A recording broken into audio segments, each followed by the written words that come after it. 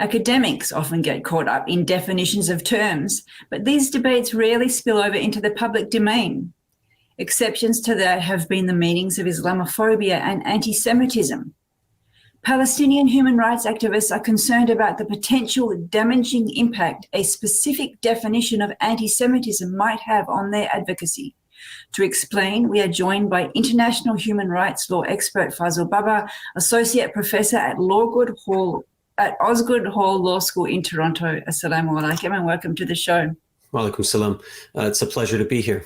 Thank you for joining us. Are you surprised that we're having to do an interview about the definition of a term anti-Semitism? Well, I'm not surprised because I've been observing this phenomenon for some time, for about 20 years actually, if not longer.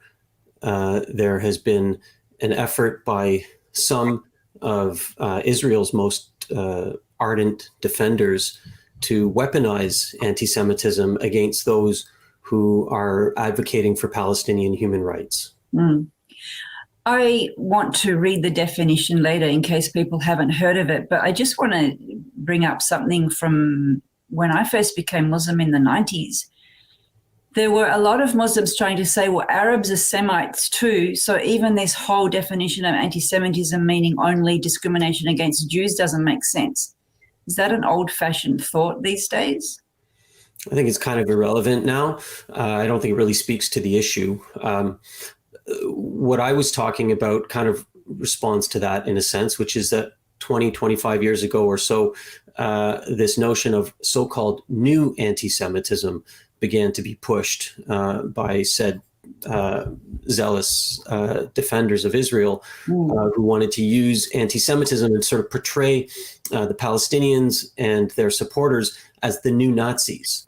And that's what the doctrine of new anti-Semitism essentially does, is it refocuses away from European anti-Semitism, which is a unique and well-documented historical phenomenon, that is the hatred of Jews in Europe, rooted in Christianity and long legacy of European culture, and to refocus that on the Islamic world, and to analogize Muslims, Palestinians, Arabs, and the supporters of Palestinian human rights as essentially the new Nazis. And we see this now embodied in the IHRA definition and its examples. And does that coincide with the establishment of the State of Israel? We know that historically Muslims and Jews got on very well. In fact, when the 1492 expulsion from Spain happened, the Jews sought refuge in the Ottoman Empire. There's nothing inherent about, Muslims hating Jews. So this new anti-Semitism, did that coincide then in the 1950s? Well, it's focusing on the present, and so it's certainly.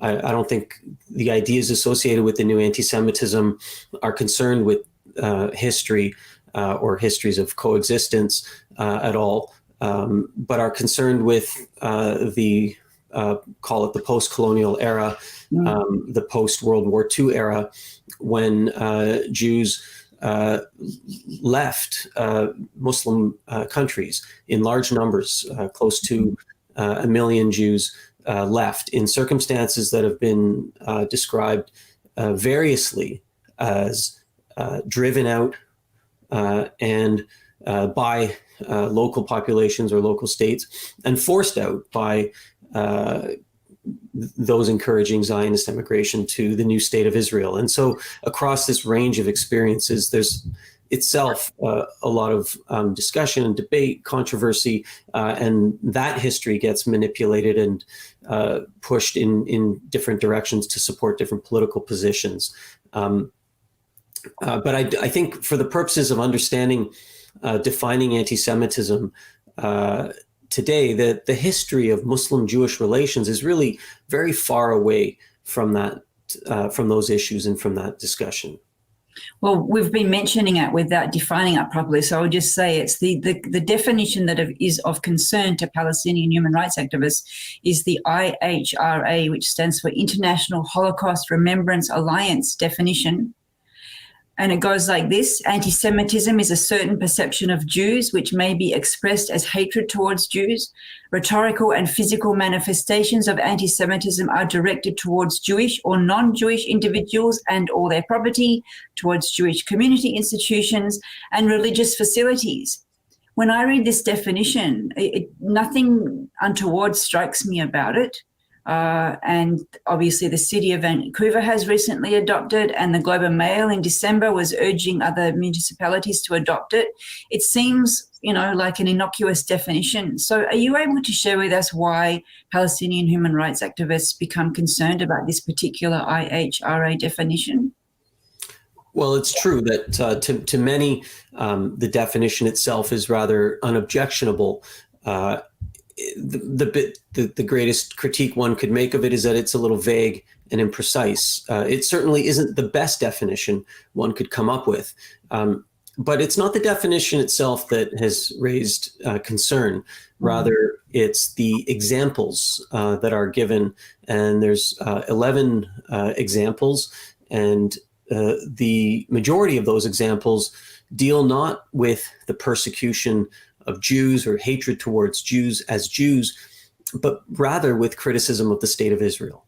And that is what has, what initially when the definition was being debated and was first adopted and being pushed on governments, there was a movement that arose around 2 years ago saying that this is going to be used to suppress Palestinian speech and pro-Palestinian speech. Now, 2 years later, those groups that were warning, groups like Independent Jewish Voices, IJV, who have been documenting the uses of the IHRA definition, are saying our warnings have already turned out to be accurate, and there's lots of documented cases of silencing, chill, smear, and so on as a result of this definition.